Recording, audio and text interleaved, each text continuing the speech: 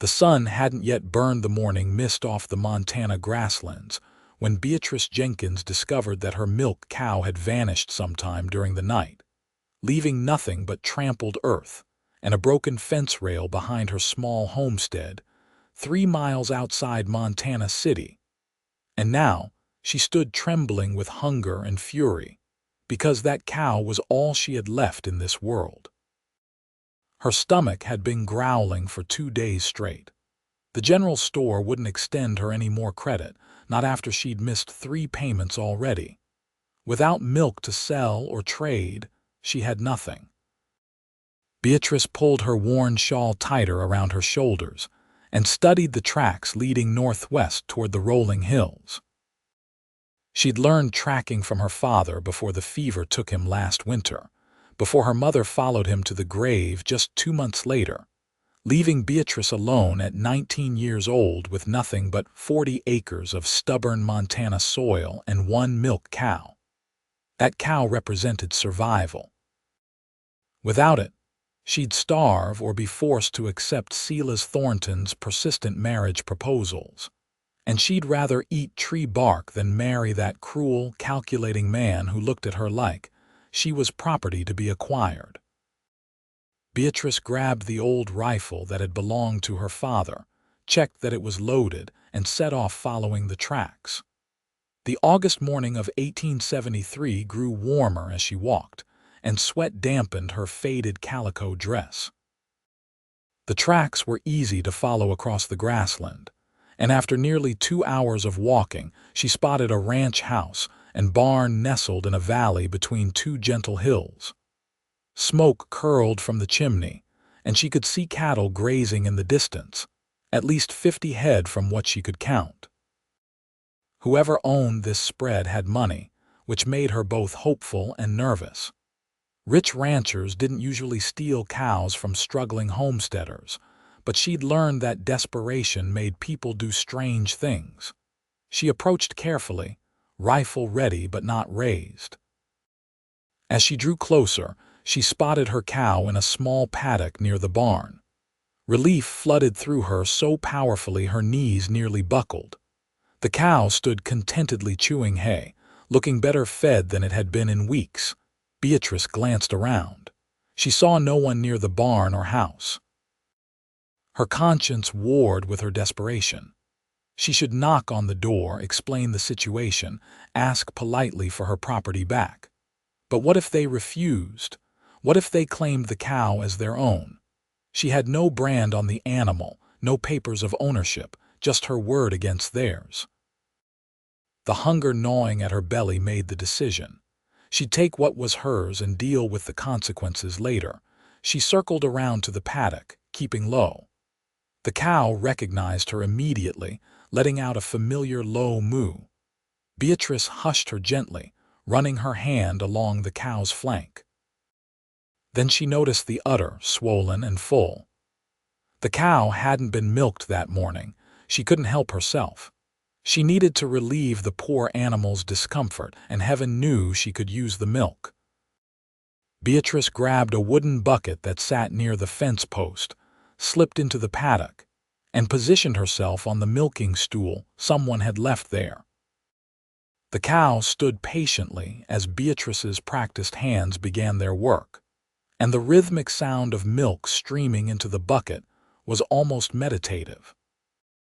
She was so focused on her task, so relieved to have found her cow, that she didn't hear the footsteps approaching until a deep voice said, "Well, I've had plenty of folks try to steal my cattle before, but you're the first one polite enough to milk her first." Beatrice jumped so hard she nearly knocked over the bucket. She spun around, still seated on the stool, and found herself looking up at the tallest, most striking man she'd ever seen. He stood well over 6 feet, with broad shoulders that filled out his dusty work shirt. Dark hair curled slightly beneath his worn hat, and his eyes were the color of coffee, warm and dancing with amusement, despite catching her red-handed. He couldn't have been more than 25 or 26, and the easy way he held himself spoke of confidence born from capability rather than arrogance. "I wasn't stealing," Beatrice said quickly, her face burning with embarrassment. "This is my cow. She wandered off last night, broke through my fence. I've been tracking her since dawn." The man tilted his head, studying her with those warm eyes. His mouth quirked up at one corner, and she realized he was trying not to laugh. "Your cow, you say?" "Yes." Beatrice stood, gripping the bucket handle. Some milk had spilled on her skirt during her startled jump. "I can prove it. She has a notch in her left ear from when she caught it on wire as a calf, and she has a habit of shifting her weight to the right when she's being milked. See?" Beatrice gestured, and indeed, the cow's stance confirmed her words. The man's expression shifted from amusement to something softer, more understanding. His gaze traveled over Beatrice's worn dress, her thin frame, the desperation she couldn't quite hide in her eyes. "I found her wandering along my eastern property line around midnight. Figured she'd gotten loose from somewhere, but it was too dark to go looking for the owner then. I'm not lying." Beatrice lifted her chin, trying to maintain some dignity despite being caught trespassing and milking someone else's livestock, even if that livestock was technically hers. "I don't think you are," the man said gently. He pushed his hat back slightly. "I'm Hayes Hawthorne. This is my ranch, the Double H, Beatrice Jenkins. I have a homestead 3 miles southeast of here." Hayes nodded slowly. "The old Jenkins place. I knew your father a little. Good man. I was sorry to hear about him passing, and your mother too." He paused. "That must have been hard, being left alone out there." Something in his tone, genuine sympathy without a trace of pity or calculation, made Beatrice's defensive walls crack slightly. "It's been difficult," she admitted, "but I'm managing." Hayes glanced at the bucket of milk, at her hollow cheeks, at the rifle she'd leaned against the fence. "Have you had breakfast, Miss Jenkins?" "I'm fine. That wasn't what I asked." Hayes stepped closer, and she caught the scent of leather and sage. "When did you last eat a proper meal?" Beatrice's pride wanted her to lie, but her stomach chose that moment to growl loudly enough that Hayes definitely heard it. His expression grew more concerned. "Come inside," he said. It wasn't quite a command, but it wasn't entirely a request either. "Let me feed you breakfast, and then you can take your cow home. I'll even help you repair that fence so she doesn't wander off again. I don't need charity." The words came out sharper than Beatrice intended. Hayes held up his hands. "Not charity. Call it being neighborly. Besides," and here that almost smile returned, lighting up his whole face, "you did milk my temporary cow for me, saved me a job. Least I can do is share some eggs and bacon." Beatrice's mouth watered at the mention of bacon. She couldn't remember the last time she'd had meat. "I shouldn't." "Miss Jenkins," Hayes said, and his voice dropped lower, more serious. "I can see you're proud, and I respect that. But pride won't keep you fed. Let me help. No strings, no obligations, just one neighbor helping another." She studied his face, looking for any hint of the calculation she'd seen in Silas Thornton's eyes, any suggestion of ulterior motives. She found none. Hayes Hawthorne looked at her with straightforward kindness and a concern that seemed entirely genuine. "All right," she said quietly. "Thank you." Hayes's smile was like sunshine breaking through clouds. "Good. Bring the milk. No sense wasting it." She followed him toward the ranch house, acutely aware of how shabby she must look compared to the well-maintained buildings and fences. The house itself was solid timber construction with a wide porch and real glass windows. This was a successful ranch, the kind her father had dreamed of building before illness stole that dream away. Inside, the house was surprisingly tidy for a bachelor's residence. The main room served as both living space and kitchen, with a stone fireplace at one end and a cast iron stove at the other. Furniture was simple but well made, and everything had a place. A few books sat on a shelf near the fireplace, and Beatrice felt a small thrill of kinship. She'd had to sell most of her family's books, but she missed them terribly. "Sit," Hayes said, gesturing to the table. "This won't take long." Beatrice perched on the edge of a chair, watching as Hayes moved efficiently around the kitchen. He clearly knew what he was doing. Within minutes, the scent of frying bacon filled the air, and her mouth watered so intensely she had to swallow hard. He cracked eggs into the pan, sliced bread from a fresh-looking loaf, and even poured coffee from a pot that had been warming on the stove. "You run this ranch alone?" she asked, partly from curiosity and partly to distract herself from her ravenous hunger. "Mostly," Hayes said, flipping the bacon. "I've got 2 hands who help during busy seasons, but they're off driving a small herd to market right now. Should be back in a week or so. Usually I prefer it quiet. Just me and the cattle and the land."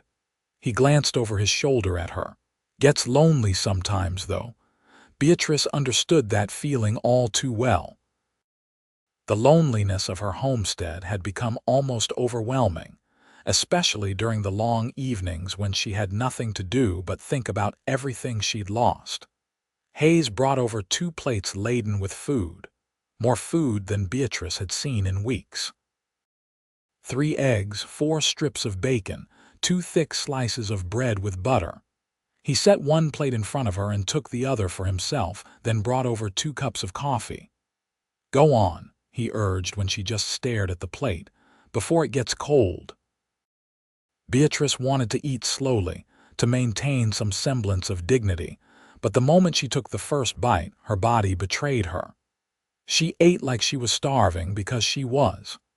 The eggs were perfectly cooked, the bacon crispy and salty, and the bread was fresh and soft. It was the best meal she'd had in months, maybe years.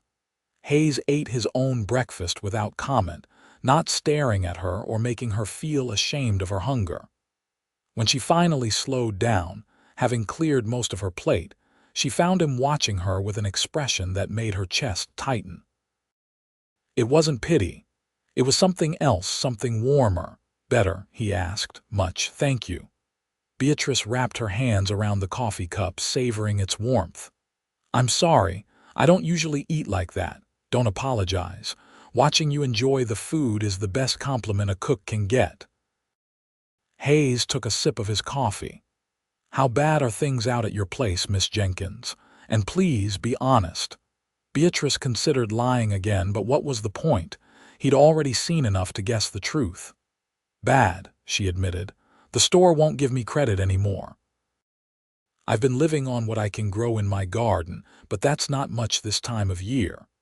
I was planning to sell milk and eggs in town, but I only have the 1 cow and 3 chickens left. When the cow disappeared, I thought I was finished." Hayes was quiet for a moment, his jaw working as if chewing on thoughts rather than food. "What about selling the land? 40 acres that close to town must be worth something." "Silas Thornton has offered to buy it," Beatrice said, and she couldn't keep the bitterness from her voice. "For about 1/4 of what it's worth. He knows I'm desperate. Either I sell to him cheap, or I marry him and he gets it anyway." Hayes's expression darkened. "Thornton. That snake has been buying up failing homesteads all over the county, usually from folks too desperate to negotiate properly." He paused. "Has he been pressing you to marry him?" "Every week. He says I need a man to take care of me, that I can't manage alone." Beatrice's hands tightened on the coffee cup. "He's probably right that I can't manage alone, but I'd rather fail on my own than succeed with him. There's something wrong about him. The way he looks at people like they're obstacles or opportunities, never just people." "You're a good judge of character," Hayes said quietly. "Thornton is exactly that kind of man. He tried to buy some of my land a few years back, got angry when I refused. He's not used to people saying no." He drummed his fingers on the table, thinking. What if there was another option? What do you mean? Hayes leaned forward. I need help around here. Ranch this size is really too much for one man, even with seasonal hands. I could use someone to help with the daily chores. Milking, feeding chickens, tending the garden, cooking, mending. Maybe help with the books and correspondence. I'm decent enough with cattle, but I hate paperwork. Beatrice's heart began to beat faster. You're offering me work. I'm offering you a job, Hayes clarified. Honest work for honest pay. Room and board plus wages. There's a small cabin out back that my foreman used to use before he retired last year. It's nothing fancy, but it's solid and weathertight. You could live there, keep your independence. It sounded too good to be true, which immediately made Beatrice suspicious. Why would you do this? You don't know me. Hayes met her eyes steadily. Because I remember what it's like to struggle. My father died when I was 17, left me with this ranch and a mountain of debt. I nearly lost everything. If it hadn't been for neighbors helping me out, giving me work and advice and sometimes just a hot meal, I wouldn't have made it. I've spent the last 8 years building this place back up, and now I'm in a position to help someone else. Seems only right. Beatrice wanted to believe him. Heaven knew she needed to believe him, but years of hardship had made her cautious. People will talk. A single woman living on a bachelor's ranch. Let them talk, Hayes said firmly. Anyone with sense will know it's a working arrangement. You'll have your own cabin, your own space. Everything proper and above board. And honestly, Miss Jenkins, can gossip be worse than starvation? He had a point. Beatrice thought about her empty cupboards, her failing garden, the long cold winter ahead. She thought about Silas Thornton's calculating eyes and persistent proposals. Then she looked at Hayes Hawthorne with his open, honest face and his offer of genuine help. What about my homestead? She asked. Keep it. Work here through the winter, save up your wages. Come spring, you'll have enough money to hire help, buy supplies, maybe invest in more livestock. Give yourself a real chance at making it work. It was more than fair. It was generous to the point of being almost unbelievable. Beatrice studied Hayes's face again, looking for any sign of deception or hidden motives. She found nothing but patient waiting and what looked like genuine hope that she'd accept. All right, she said finally. I'll try it. But if it doesn't work out, if there's any impropriety or if people make it impossible, I'll have to leave. Hayes's face broke into a wide smile that transformed his already handsome features into something that made Beatrice's breath catch. Fair enough. Though I think you'll find it works out just fine. He stood and extended his hand. Partners, Beatrice stood too and took his hand. His grip was warm and calloused from hard work, firm but not crushing. Partners, she agreed. Good. Hayes held her hand perhaps a moment longer than strictly necessary before releasing it. Let's get your cow home and fix that fence, then we can move your things over here. They spent the rest of the morning walking the cow back to Beatrice's homestead. Hayes brought tools and spare lumber in a small wagon pulled by one of his horses. When they arrived at her property, Beatrice saw it through his eyes and felt a wave of shame. The cabin was tiny and listing slightly to one side. The garden was struggling despite her best efforts. The chicken coop was held together with hope and determination, but Hayes didn't comment on any of it. He simply set to work repairing the fence and did it properly, with good strong posts and tight wire. Beatrice helped where she could, holding boards steady and handing him tools. They worked well together, she realized. He gave clear instructions without being condescending, and he listened when she made suggestions. You've got good land here, Hayes said as they worked. Soil is rich, good water access from that creek. With proper investment and some help, this could be a fine little ranch. That's what my father always said. Beatrice hammered in a nail. He had plans to expand the herd, build a bigger house. He was a dreamer.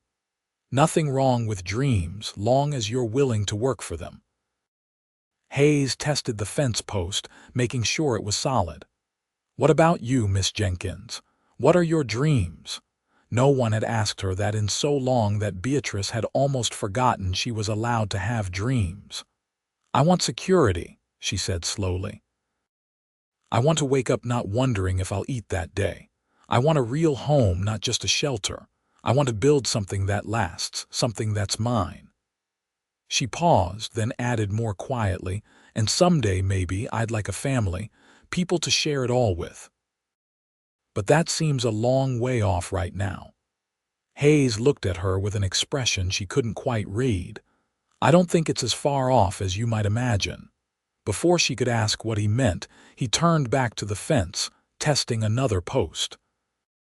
They finished the repairs in another hour, then gathered Beatrice's meager possessions. It didn't take long. She owned so little. Some clothes, a few cooking pots, her parents' wedding quilt, her father's rifle, her mother's Bible, and a small wooden box containing letters, and a tintype photograph of her family from better days. Hayes loaded everything into the wagon with care, treating her shabby belongings with the same respect he'd show fine goods. Then they locked up the cabin, loaded the 3 chickens into a crate, and headed back to the Double H with the cow trailing behind on a lead rope. The foreman's cabin sat about 50 yards from the main house, tucked against a grove of cottonwood trees. It was small but solid, built from good timber with a stone foundation. Inside, there was one main room with a fireplace, a separate bedroom, and a small lean-to kitchen. Compared to her listing homestead cabin, it was a palace. "I'll help you get settled," Hayes said, carrying in her trunk. "There should be bedding in the chest there and firewood stacked outside. If you need anything else, just ask." They spent the next hour making the cabin livable. Hayes brought over supplies from the main house, fresh linens, dishes, food staples, more than Beatrice could have asked for. The sun was sinking toward the horizon by the time they finished. "You must be exhausted," Hayes said. "Why don't you rest this evening, get acquainted with the place? We can talk about work duties tomorrow morning." "I can start now," Beatrice protested. "You've already done so much." Hayes shook his head. "You walked 6 miles today, fixed a fence, and moved your entire household. That's work enough. Tomorrow is soon enough to start." He moved toward the door, then paused and turned back. "Miss Jenkins, I'm glad you're here. I think this is going to work out well for both of us." After he left, Beatrice stood in the middle of her new home and felt tears prick her eyes. For the first time in months, she felt something that might have been hope. She had food, shelter, and the promise of honest work. And she had met a man who seemed genuinely kind, who helped without expecting anything in return, who looked at her like she was a person rather than a problem or a prize. She thought about the way Hayes had smiled at her that morning, when he'd caught her milking the cow. She thought about how he'd tried not to laugh, and how that restrained amusement had been gentle rather than mocking. "You're the first one polite enough to milk her first," he'd said. Beatrice found herself smiling at the memory. Then she sobered. She couldn't let herself get foolish ideas. Hayes Hawthorne was her employer, nothing more. He'd offered her a job out of neighborly kindness and Christian charity. Reading anything else into it would be a mistake. But as she lay in bed that night, in the most comfortable mattress she'd slept on in years, she couldn't help replaying every moment of the day. The warmth in his eyes, the care he'd taken with her belongings, the way his hand had felt in hers when they shook on the deal. She fell asleep thinking about coffee-colored eyes and a smile that made her heart do strange things. The next morning, Beatrice woke to birdsong and sunshine streaming through clean windows. For a moment, she couldn't remember where she was. Then it all came back, and she sat up, Momentarily disoriented by the feeling of being well rested and not hungry, she dressed quickly in her least worn dress and braided her hair. When she stepped outside, the morning air was cool and sweet. She could hear cattle lowing in the distance, and the chickens she'd brought clucking in their new enclosure near the main house. Hayes was already up, working in the barn. She could see him through the open doors, forking hay.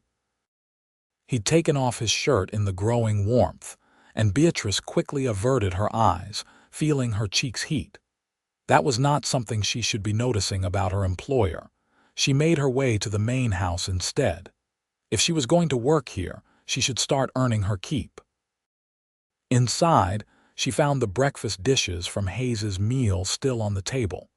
She heated water, washed the dishes, then began taking stock of the kitchen. The pantry was well supplied but disorganized. Clearly Hayes knew how to feed himself but hadn't much cared about tidiness. Beatrice began organizing, grouping like items together, making note of what was running low. She was elbow-deep in flour sacks when Hayes came in, now wearing his shirt again. She was relieved to note. "You didn't have to start without breakfast," he said. "I had some bread and butter in my cabin." Beatrice brushed flour dust from her hands. "I thought I'd start by organizing the pantry, if that's all right. Then I can make a proper inventory and we can plan meals better." Hayes leaned against the doorframe, watching her with that expression again, the one she couldn't quite decipher. "You're efficient." "I try to be." Beatrice turned back to the pantry. "My mother always said that organization is half of good housekeeping. Your mother was right." Hayes moved into the kitchen. "But you should eat more than bread and butter for breakfast. That won't keep your strength up." He began pulling out ingredients. "How about I make us both a proper meal and then I'll show you around the ranch? You should know the layout if you're going to be working here." They fell into an easy pattern. Hayes cooked while Beatrice continued organizing, and they talked about the daily routines of the ranch. The cows needed to be checked twice daily. The milk cow, which they'd housed in the barn, needed milking morning and evening. Chickens needed feeding and egg collecting. The garden needed tending. Then there were indoor chores, cooking, cleaning, laundry, and the dreaded paperwork. "I've got contracts and correspondence stacked up that I've been avoiding for weeks," Hayes admitted, looking sheepish. "I know I need to deal with it, but I'd rather wrestle a steer than write a letter." Beatrice found herself smiling. "I actually like paperwork. I used to help my father with his accounts. I find it soothing, making everything balance properly." Hayes looked at her like she just told him she could fly. "You like paperwork? Truly, truly. Miss Jenkins, you might be the answer to all my prayers." The words were said lightly, but there was something in his tone that made Beatrice's pulse quicken. After breakfast, Hayes gave her a thorough tour of the ranch. It was bigger than she'd realized. Besides the main house, barn, and various outbuildings, there were several pastures and a good stretch of open range. Hayes ran about 70 head of cattle, mostly breeding stock. "I'm building the herd slowly," he explained as they walked. "Quality over quantity. In a few years, this will be one of the best ranches in Montana territory." "You sound very certain of that," Hayes grinned. "I am. I've got good land, good stock, and now I've got good help. How can I fail?" His confidence was infectious. Beatrice found herself smiling back. "When you put it that way, it does seem inevitable." They spent the rest of the morning working together, falling into a comfortable rhythm. Hayes showed Beatrice his system for tracking the cattle, which horses were green broke versus fully trained, where supplies were kept. She absorbed it all quickly, asking smart questions that made him nod approvingly. Around midday, they broke for lunch. Beatrice insisted on preparing it, making sandwiches from leftover bacon and fresh bread. They ate on the porch, looking out over the ranch. "Can I ask you something?" Beatrice said after a while. Of course. Why aren't you married? A successful rancher, good land, you seem like quite a catch. I'm surprised some woman hasn't snatched you up already. Hayes was quiet for a moment. I came close once, he said finally. There was a girl, Sarah, when I was younger. We were planning to marry, but then my father died and left me with all that debt. Her family didn't want her marrying into that kind of trouble. Can't say I blame them. So she married someone else, a merchant's son from Helena. Last I heard, she had 3 children and a nice house in town. That must have hurt. It did, Hayes admitted. For a long time. But eventually I realized it was for the best. If she'd really loved me, she would have stuck by me through the hard times. A marriage needs to be built on more than just good circumstances. He looked at Beatrice. What about you? No suitors besides the unfortunate Silas Thornton, Beatrice laughed, though it came out a bit bitter. There was someone, before my parents died. Tom Mitchell, a homesteader's son from the next valley over. We were courting, talking about marriage. But when my parents died and I inherited the debts along with the land, suddenly he was too busy to come calling. Found out later he'd started courting the banker's daughter instead. Then he was a fool, Hayes said firmly. Any man who can't see what a treasure you are doesn't deserve you. Beatrice felt her cheeks flush. You barely know me. I know enough. I know you're brave enough to track down your stolen cow alone, armed with nothing but an old rifle and determination.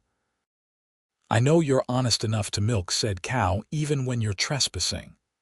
I know you're proud but practical, willing to accept help when you need it but not asking for more than you've earned. I know you're hard-working, organized, and you like paperwork, which might be your most remarkable quality. His eyes twinkled. That's quite a lot, actually. Beatrice didn't know what to say. She wasn't used to people talking about her like that, as if she had value beyond her ability to cook and clean. Thank you, she managed.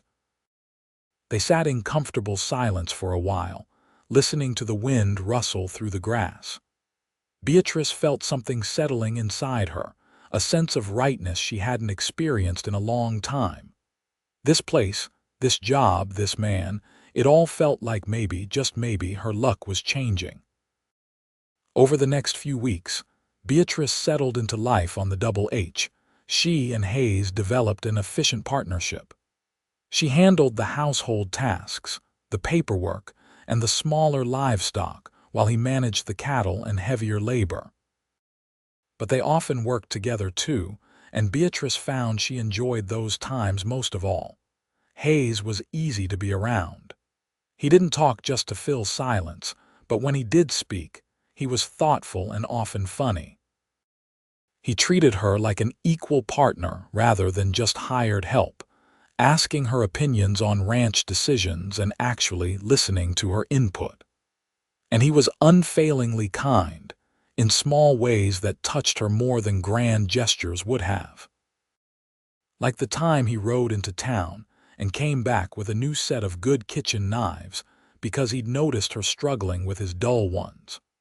Or when he built a small bookshelf in her cabin without being asked, after seeing that she kept her precious few books stacked on the floor. Or the way he always made sure there was coffee waiting for her in the mornings, exactly how she liked it. Beatrice found herself thinking about him more than she should. She noticed things like how his eyes crinkled at the corners when he smiled, how capable his hands were with both rough work and delicate tasks, how patient he was with the animals. She noticed the sound of his laugh and the way he hummed tunelessly while he worked, and how he always smelled like leather and the outdoors. She told herself it didn't mean anything. She was just grateful for his kindness and appreciative of working with someone competent. The strange flutter in her chest when he smiled at her was just relief at her improved circumstances. The way she found excuses to be near him was just efficient work planning. She was lying to herself, and she knew it. One evening about a month after she'd arrived, They were sitting on the porch after supper, watching the sunset paint the sky in shades of orange and pink. Hayes had been teaching her to play chess, and they had the board set up between them. "You're getting too good at this," Hayes complained good-naturedly as Beatrice captured his knight. "Pretty soon you'll be beating me regularly." "That sounds like quitter talk," Beatrice teased. "The great rancher Hayes Hawthorne defeated by a mere housekeeper." "Nothing mere about you, Miss Jenkins." Hayes moved his bishop. "And I'm not giving up, I'm strategizing." "That's what they all say right before they lose," Hayes laughed. "When did you get so competitive?" "I've always been competitive. I just haven't had much chance to show it lately." Beatrice studied the board. Survival doesn't leave much room for games. Hayes's expression grew more serious. "Are you happy here, Beatrice?" "Truly." It was the first time he'd used her given name, and the sound of it in his deep voice did strange things to her heartbeat. "I am," she said honestly. "Happier than I've been in a long time." "Good." Hayes reached across the chessboard and took her hand. The gesture was simple but felt monumental. "I'm happy too. Happier than I've been since, well, maybe ever. This place feels different with you in it. Better. More like a home instead of just a ranch." Beatrice's breath caught. She should pull her hand away. She should remember that this was her employer, that she was his hired help, that there were boundaries that shouldn't be crossed. But his hand was warm and strong around hers, and the look in his eyes was so tender that she couldn't bring herself to move. "Hayes," she started, not even sure what she was going to say. Hoofbeats interrupted her. They both turned to see a rider approaching fast. Hayes released her hand and stood, and Beatrice felt the loss of contact like a physical ache. The rider resolved into a young man, maybe 18 or 19, riding hard. He pulled up in front of the porch, his horse lathered and breathing hard. "Mr. Hawthorne," the boy gasped. "My pa sent me." "It's Silas Thornton. He's claiming you've got stolen cattle in your herd, says he's bringing the sheriff out tomorrow to inspect your stock." Hayes's expression darkened. "That's ridiculous. Every head of cattle I own was either born here or I have a bill of sale for." "That's what Pa said, but Thornton's got the sheriff convinced. They're coming at dawn." The boy glanced at Beatrice, then back at Hayes. "Pa also said to tell you that Thornton's been asking around town about Miss Jenkins, saying she ran off owing him money." "Pa thinks Thornton's going after you because of her." Beatrice felt like she'd been punched in the stomach. "I don't owe Silas Thornton anything. I never took a penny from him." "I believe you," Hayes said firmly. He turned to the boy.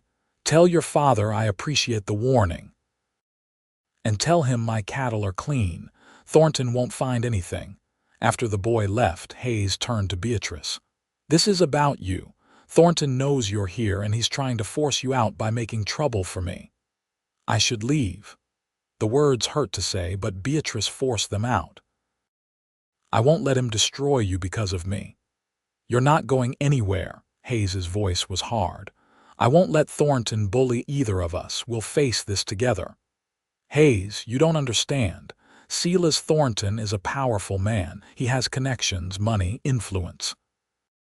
He can make your life very difficult. Let him try." Hayes stepped closer to her. "Beatrice, I'm not letting you go. Not to Thornton, not to anyone. You belong here." The intensity in his voice, in his eyes, made Beatrice's heart race. Why are you willing to fight for me?" "I'm just your housekeeper." "You know that's not true." Hayes reached up and gently cupped her face. "You know you're so much more than that, or do I need to say it plain?" "Yes," Beatrice whispered. "Say it plain. I love you." The words were simple, direct, devastating. "I've been falling in love with you since the moment I found you milking that cow, looking up at me with those defiant eyes. You were trespassing and stealing milk, and all I could think was that I wanted to make you laugh, wanted to take care of you, wanted to keep you with me always." Beatrice felt tears spring to her eyes. "Hayes, You don't have to say anything back, Hayes said quickly. I know this is sudden and I'm still your employer and there's a power imbalance we need to be careful about. But with Thornton coming tomorrow, I needed you to know. Whatever happens, I'm on your side. I'm choosing you. You ridiculous man, Beatrice said, and she was laughing and crying at the same time. It's not sudden at all. I've been in love with you for weeks, trying to pretend I wasn't, telling myself it was impossible. Hayes's face transformed with joy. Truly, truly. Beatrice reached up and covered his hand with hers where it still cupped her cheek. I love you, Hayes Hawthorne. You're the best man I've ever known, and I don't deserve you, but I love you anyway. Don't deserve me. Beatrice, you've got that backwards. Hayes leaned down, his forehead touching hers. Can I kiss you, please? His lips met hers, gentle at first, almost questioning. Beatrice answered by rising on her toes and wrapping her arms around his neck. The kiss deepened, and it felt like coming home, like every good thing she'd been missing in her life, like hope and safety and desire all wrapped together. When they finally broke apart, both breathless, Hayes rested his forehead against hers again. Marry me. Beatrice laughed, a little giddy from the kiss. You don't waste time, do you? I wasted too much time already, not telling you how I felt. Marry me, Beatrice. Be my wife, my partner, the heart of this ranch. Let me spend the rest of my life making you happy. What about Thornton? What about tomorrow? We'll face it together, as I said. And then we'll go into town and get married properly. Unless you want to wait, have a big wedding. Beatrice shook her head. I don't need a big wedding, I just need you. She paused. But are you sure? You're not just proposing because of the situation with Thornton. I'm proposing because I love you, and because I want to wake up next to you every morning for the rest of my life. The situation with Thornton just made me realize I shouldn't wait to tell you. Hayes smiled. Though I have to say, this isn't how I imagined proposing. I had this whole plan involving a picnic and wildflowers and a much more romantic speech. I like this better, Beatrice said. It's honest and real and very us. She took a deep breath. Yes, yes, I'll marry you. Hayes whooped and picked her up, spinning her around right there on the porch. Beatrice laughed, clutching his shoulders, feeling lighter than air. When he set her down, he kissed her again, and then again, like he couldn't get enough. They spent the rest of the evening making plans. Hayes would face Thornton and the sheriff in the morning, prove his cattle were legitimate. Then, assuming everything went well, they'd ride into Montana City and find someone to marry them. Justice of the peace, minister, whoever was available. What if things don't go well tomorrow? Beatrice asked as the night grew late. They will, Hayes said confidently. I've got bills of sale for every animal and I know my herd. Thornton can't manufacture evidence that isn't there. He paused. Though I am curious what he's claiming I stole and from whom. They got their answer at dawn when Silas Thornton arrived with Sheriff Daniels and 3 of Thornton's ranch hands. Beatrice stood on the porch of the main house, Hayes beside her, watching the men ride up. Thornton was a tall, lean man in his 40s with cold blue eyes and a mouth that seemed permanently set in a sneer. He looked at Beatrice with unconcealed anger. Well, well, Miss Jenkins, I've been looking for you. Mr. Thornton. Beatrice kept her voice level. I haven't been hiding. I've been working here. Working, is that what you call it? Thornton's tone was insinuating. Living in sin with Hawthorne, more like. Watch your mouth, Hayes said, his voice dangerous. Miss Jenkins is my employee and is about to become my wife. You'll speak of her with respect or not at all. Thornton's eyes narrowed. Your wife, how convenient, quite a step up for a girl who was starving a month ago. The sheriff, a middle-aged man with a tired face, held up his hand. That's enough, Thornton. We're here about the cattle, not to trade insults. He turned to Hayes. Mr. Hawthorne, Mr. Thornton claims that 3 of the steers in your herd were stolen from his ranch 2 months ago. Says they bear his brand." "That's impossible," Hayes said flatly. "Every animal in my herd was either born here or purchased legally. I have the paperwork to prove it." "Then you won't mind if we inspect your cattle," Thornton said smoothly.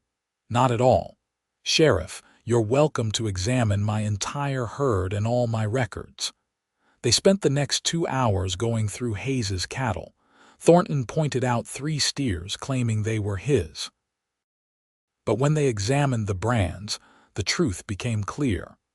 The brands were similar to Thornton's, but not identical. Hayes produced bills of sale showing he'd purchased all 3 animals from a rancher in the next county. "The brands are similar because they came from the same region," Hayes explained. "That's a common style in northern Montana. But if you look closely, you'll see the curve of the H is different from Thornton's T-bar brand." The sheriff examined the brands carefully, comparing them to Thornton's registered mark. Finally, he straightened up. "These aren't your cattle, Thornton. The brands are clearly different and Hawthorne has documentation of purchase." Thornton's face flushed with anger. "He must have forged those papers." "Now you're calling me a liar and a forger." Hayes's voice was cold. "That's slander, Thornton. Be very careful." The sheriff looked between them, clearly tired of the whole situation. "Mr. Hawthorne's papers look legitimate to me." "Unless you have actual evidence of theft, Thornton, this matter is closed." "This isn't over," Thornton said, glaring at Hayes. Then his gaze shifted to Beatrice. "You're making a mistake, girl. Hawthorne isn't what he seems. You could have had security with me, a real future. Now you're going to end up with nothing." "I'd rather have nothing with an honest man than everything with you," Beatrice said clearly. "Hayes is twice the man you'll ever be, and I'm honored to be his wife."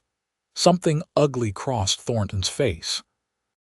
For a moment, Beatrice thought he might say something more or even do something violent, but the sheriff's presence kept him in check.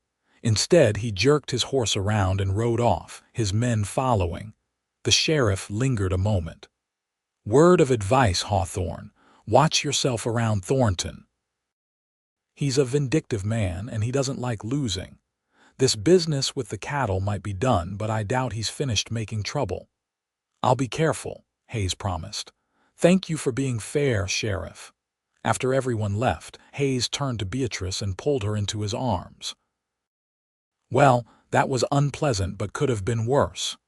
He looked like he wanted to kill us both."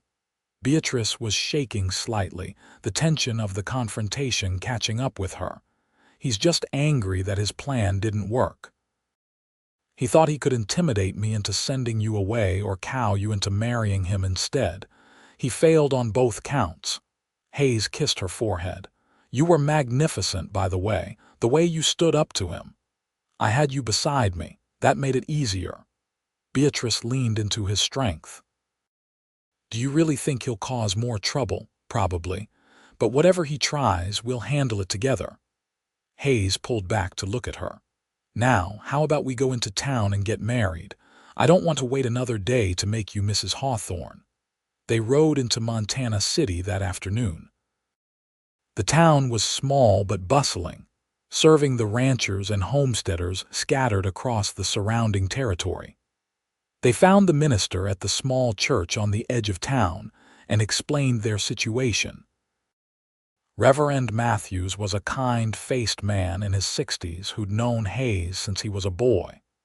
He agreed to marry them immediately, though he did insist on at least 2 witnesses.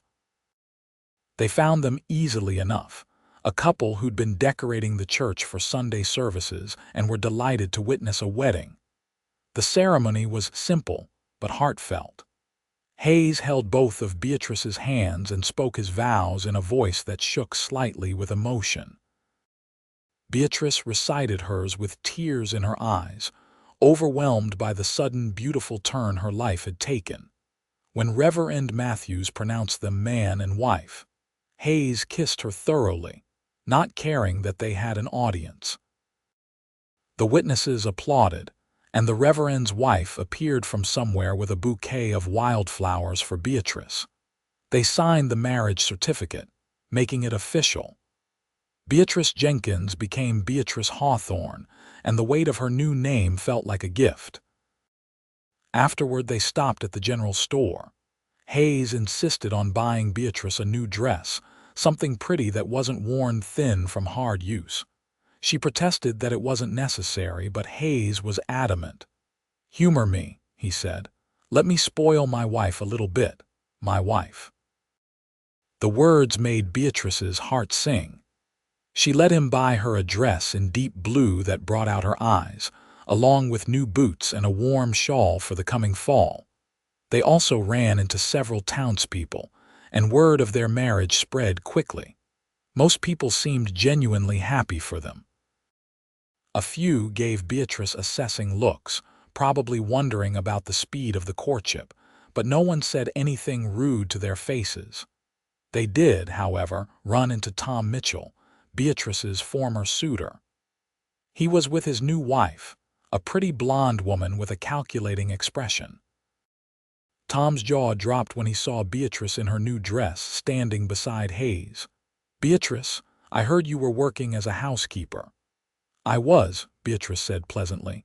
"Now I'm a wife. Tom, this is my husband, Hayes Hawthorne. Hayes, this is Tom Mitchell." Hayes shook Tom's hand with perhaps more force than strictly necessary. "Mitchell, pleasure." Tom looked between them, clearly trying to reconcile the starving girl he'd abandoned with this well-dressed, happy woman. Well, congratulations." "Thank you," Beatrice said sweetly. "We're very happy. I hope you are too." They moved past, and once they were out of earshot, Hayes said, "That was the fool who stopped courting you, the very same." He looked like he wanted to swallow his tongue. I think he realized what he gave up. "His loss, my gain," Beatrice said, squeezing Hayes's arm. "Everything worked out exactly as it should." They rode back to the ranch as the sun was setting, painting the sky in brilliant colors. When they arrived, Hayes helped Beatrice down from her horse and didn't let go, pulling her close instead. "Welcome home, Mrs. Hawthorne."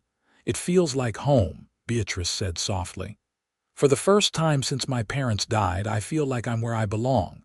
Hayes kissed her, slow and sweet. Then he swept her up into his arms, making her squeal with surprise. "What are you doing?" "Carrying my bride over the threshold," Hayes said, heading toward the main house. "It's tradition. That's for new houses. New life, new house, close enough." Hayes pushed open the door and carried her inside, setting her down gently in the middle of the main room. The room was lit by lamplight, warm and welcoming. This was her home now. Their home. Beatrice looked around with new eyes, seeing not just a bachelor's ranch house but the beginning of their life together.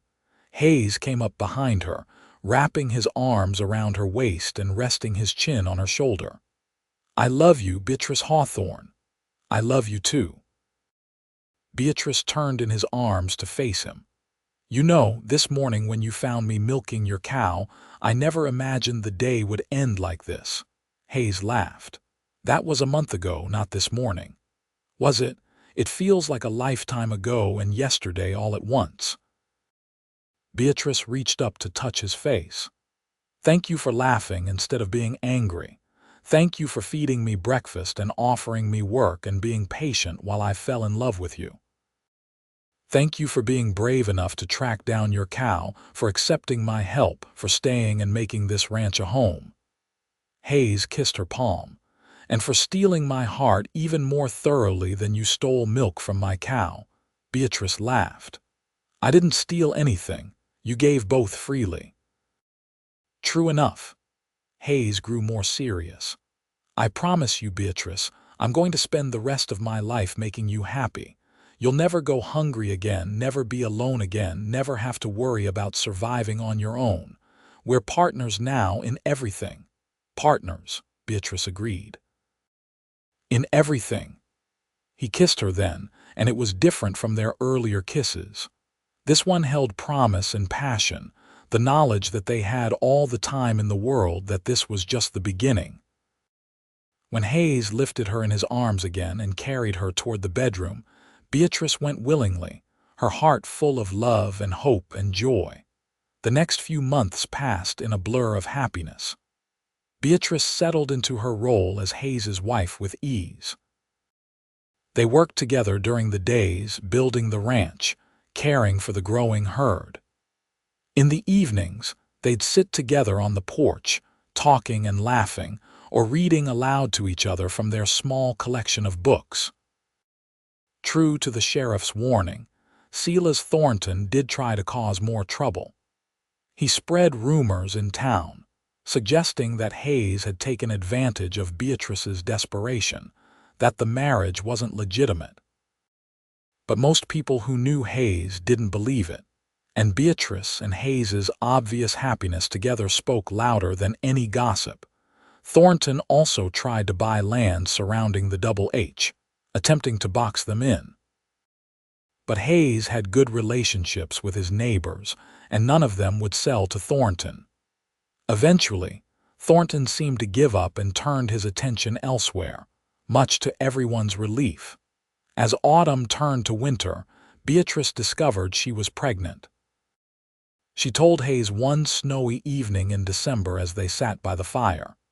He looked at her with such pure joy that she started crying happy tears.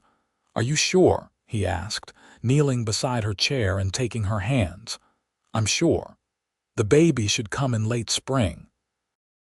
Hayes pulled her into his arms, holding her like she was made of glass.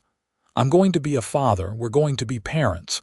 Are you happy?" Beatrice asked, though she could see the answer in his face. Happy doesn't begin to cover it. Blessed, grateful, terrified. Hayes laughed. "Mostly terrified, actually. What do I know about being a father? You'll learn, same as I'll learn to be a mother. We'll figure it out together." Beatrice kissed him. "We make a good team, remember?" The winter was harsh, but Beatrice barely noticed. She was too happy, too content in her warm home with her loving husband. Hayes fussed over her constantly as her belly grew, insisting she not overwork herself, bringing her endless cups of tea and special treats from town. In March, Hayes's ranch hands returned from their extended trip. Jake and Billy were both good men in their 30s who'd worked for Hayes for years.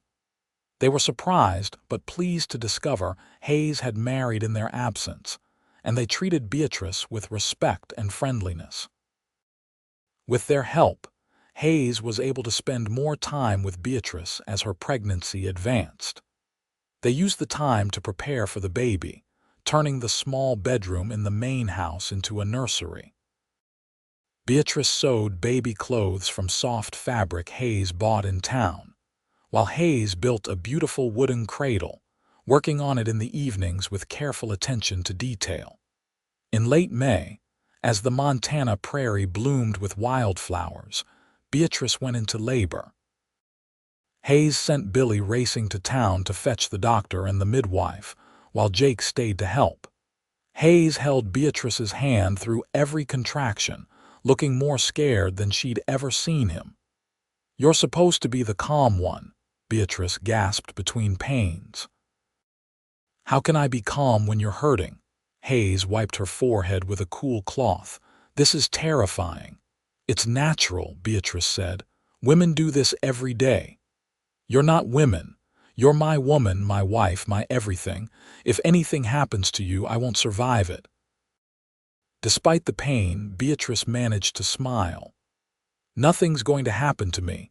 I'm strong, remember, strong enough to track down a wandering cow and steal milk in broad daylight." Hayes laughed shakily. "Strong enough for anything." The doctor and midwife arrived just as Beatrice's labor intensified. Hayes was banished from the room despite his protests, left to pace anxiously with Jake trying to distract him. Hours passed. Hayes was almost out of his mind with worry when finally, blessedly, he heard a baby's cry. A moment later, the midwife emerged, smiling. "You have a son, Mr. Hawthorne, a big, healthy boy, and your wife is tired but doing well." Hayes didn't wait to hear more. He pushed past the midwife into the bedroom. Beatrice lay propped on pillows, pale and exhausted but smiling. And in her arms was a tiny bundle wrapped in a blanket. "Hayes," she said softly, "come meet your son." Hayes approached slowly, almost reverently. He looked down at the tiny red face peeking from the blanket, at the small fist waving near the baby's mouth, and felt his heart expand in a way he hadn't known was possible. "He's perfect," Hayes whispered. "You're both perfect." He leaned down to kiss Beatrice's forehead. "You're amazing." "I've never been so scared in my life. I know, I could hear you pacing." Beatrice looked down at their son with wonder. What should we name him? They discussed names for months but never quite decided. Now, looking at his son, Hayes said, Henry James Hawthorne, after both our fathers." Beatrice's eyes filled with tears. "That's perfect. They would have loved him so much. They would have loved seeing us together," Hayes agreed. "Seeing how happy we are." Little Henry chose that moment to let out a wail, and both parents laughed. The midwife came back in to show Beatrice how to nurse, and soon the baby was contentedly feeding. Hayes sat beside them on the bed, one arm around Beatrice, watching his son with awe. "A year ago I was alone in this house, wondering if I'd always be alone, and now look, I have everything." "So do I," Beatrice said softly. "Everything I never dared to dream I could have. A home, a husband who loves me, a beautiful baby. It's more than I ever imagined."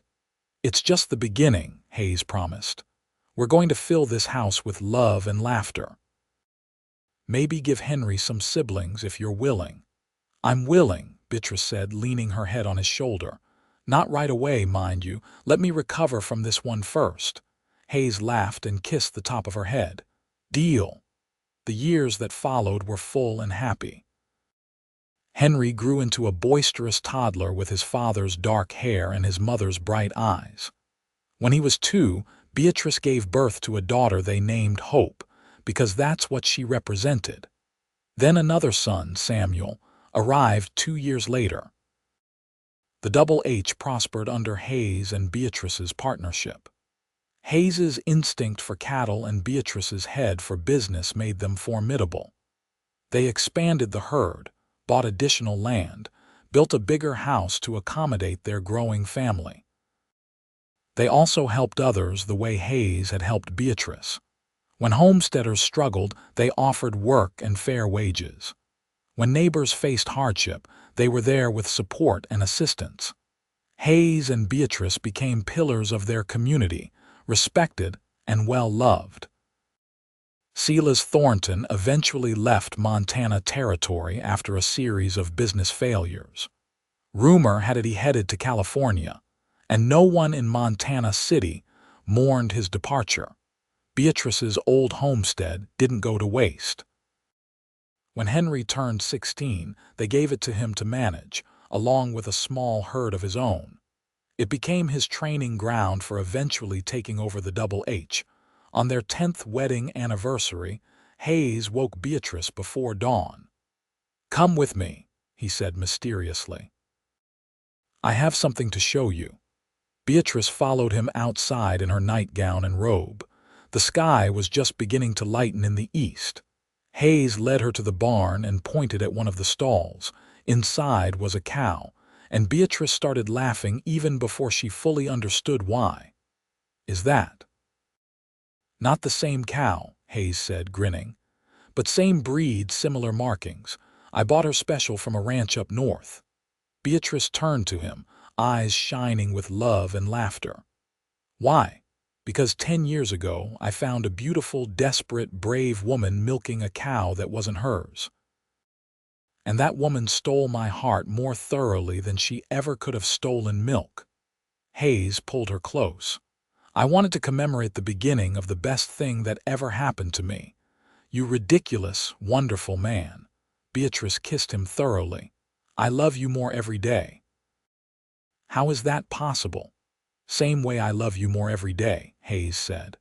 "Because we keep growing together, building together, loving together.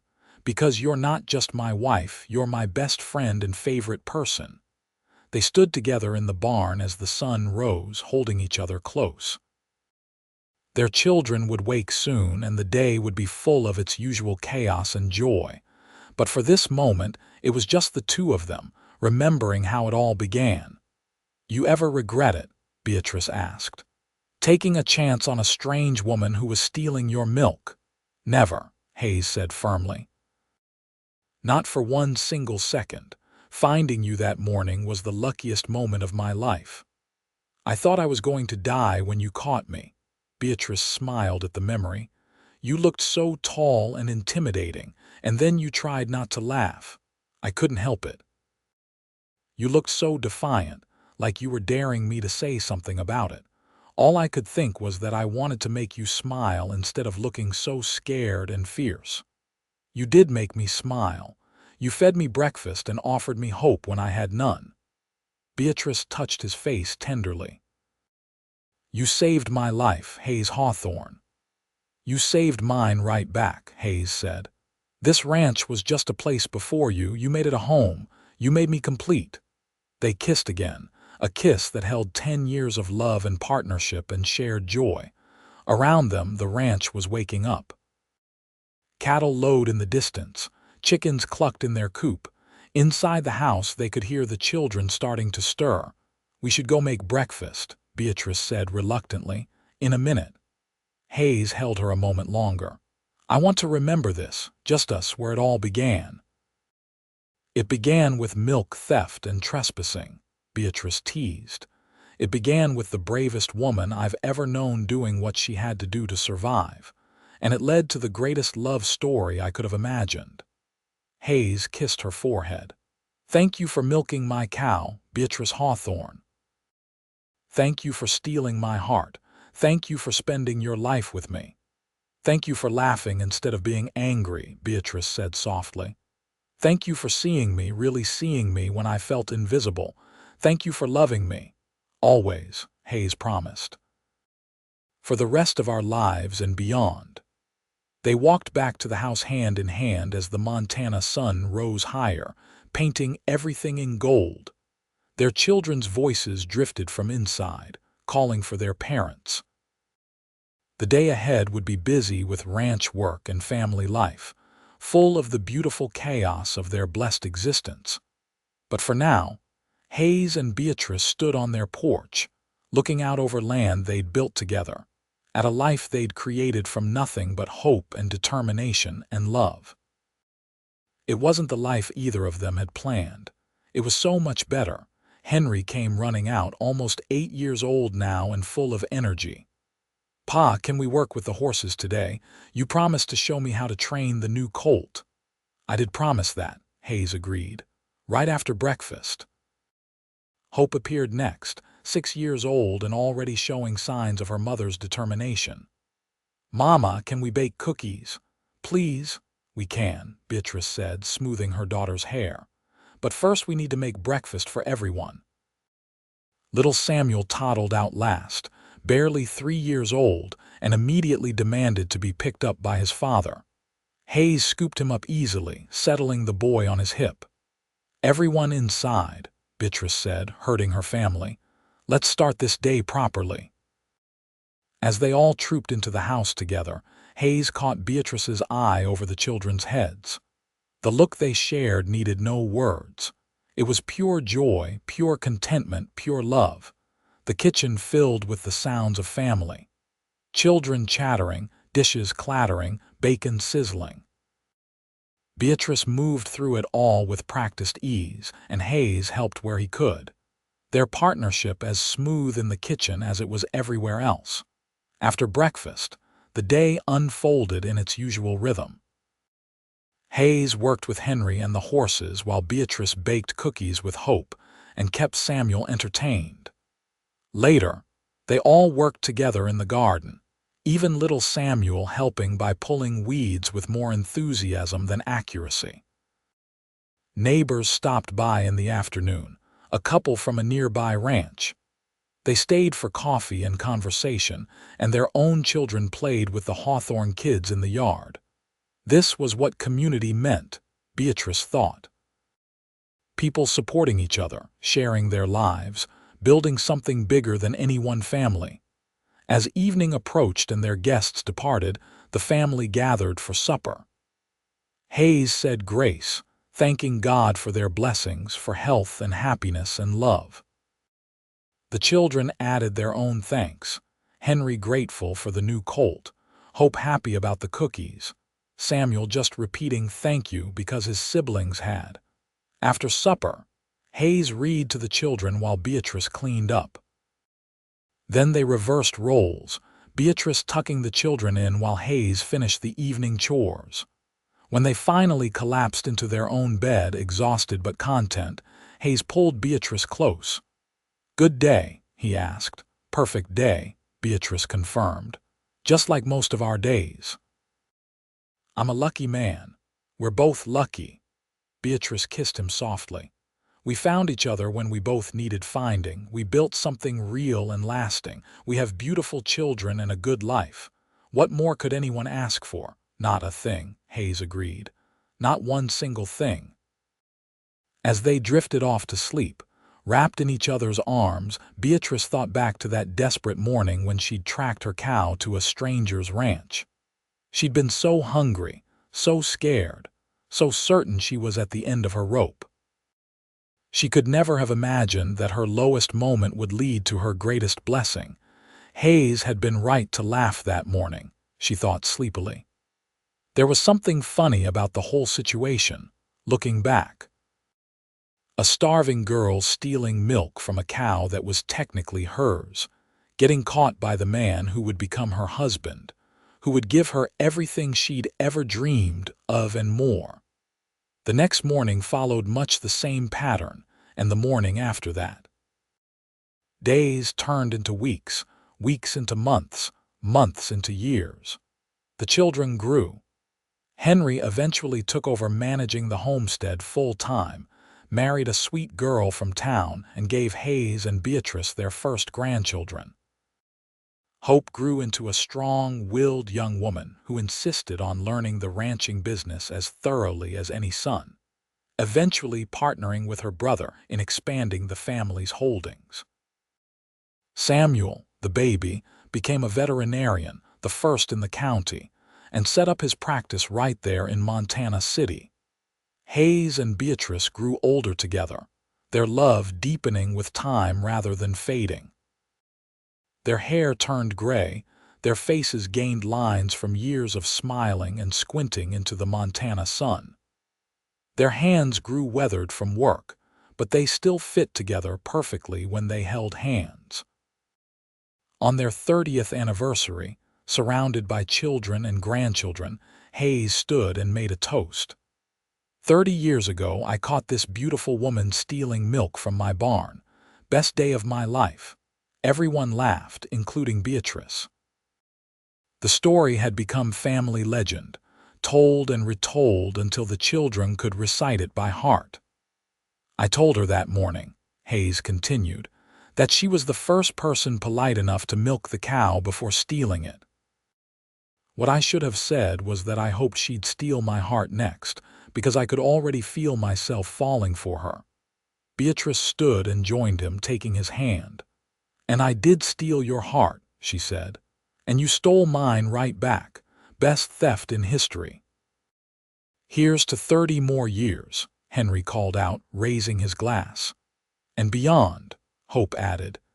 They celebrated late into the night, the ranch house full of love and laughter and family. When everyone finally left or went to bed, Hayes and Beatrice sat alone on the porch, just as they had so many thousands of times before. 30 years, Beatrice marveled. It went so fast. "And yet I remember every moment," Hayes said. "Every laugh, every challenge, every quiet evening just like this one. You've made my life infinitely richer, Beatrice Hawthorne." "You gave me life when I thought mine was over," Beatrice said. "You gave me hope and love and a family. You gave me everything." They sat in comfortable silence, listening to the night sounds of the ranch. An owl hooted somewhere in the distance. cattle settled down for the night. The wind whispered through the grass. "You think we'll get another 30 years?" Beatrice asked. "I don't know," Hayes said honestly. "But however long we get, I'll treasure every day with you. From that morning I found you milking my cow until my last breath. You've been and will always be the love of my life." "And you are mine," Beatrice said, tears in her eyes. "My rescuer, my partner, my heart. I love you, Hayes Hawthorne." More than words can ever express. They kissed in the moonlight, 30 years of love in that kiss. And as they finally went inside to bed, walking more slowly than they used to but still hand in hand, they carried with them the certainty that whatever time they had left would be spent exactly as they wanted. Together, loving each other, grateful for the miracle that had brought a desperate woman and a kind-hearted rancher together on a Montana morning so long ago. The years did continue, though perhaps not another 30. Hayes passed first, peacefully in his sleep at the age of 76, with Beatrice beside him as she'd been beside him for 35 years. He went with a smile on his face, and his last words were, "I love you." Beatrice mourned him deeply, but not bitterly. She'd had more happiness with Hayes than most people found in 2 lifetimes. She lived another 5 years, surrounded by children and grandchildren and even great-grandchildren, the matriarch of a large and loving family. On a spring morning not unlike the one when she'd first found her cow wandering, Beatrice passed away peacefully in the home Hayes had built, in the bed they'd shared. She was buried beside Hayes on a hillside overlooking the Double H, and at her request, her headstone bore a simple inscription. She stole his heart. He gave her everything. A love story written in Montana grass. The Double H continued to thrive under Henry's management, and eventually under his children and grandchildren. The ranch grew and changed with the times, but the heart of it remained the same. The love and partnership that Hayes and Beatrice had built, the values they'd instilled, the certainty that family and hard work and treating people with kindness were what mattered most. And sometimes, on quiet evenings, the family would gather on that same porch where Hayes and Beatrice had spent so many hours. The children would ask to hear the story again, about the desperate woman and the wandering cow and the kind rancher who laughed instead of being angry. And someone would always end the story the same way. He found her milking his cow. The cowboy laughed and asked her to steal his heart next, and she did, and they lived happily ever after, because they truly had.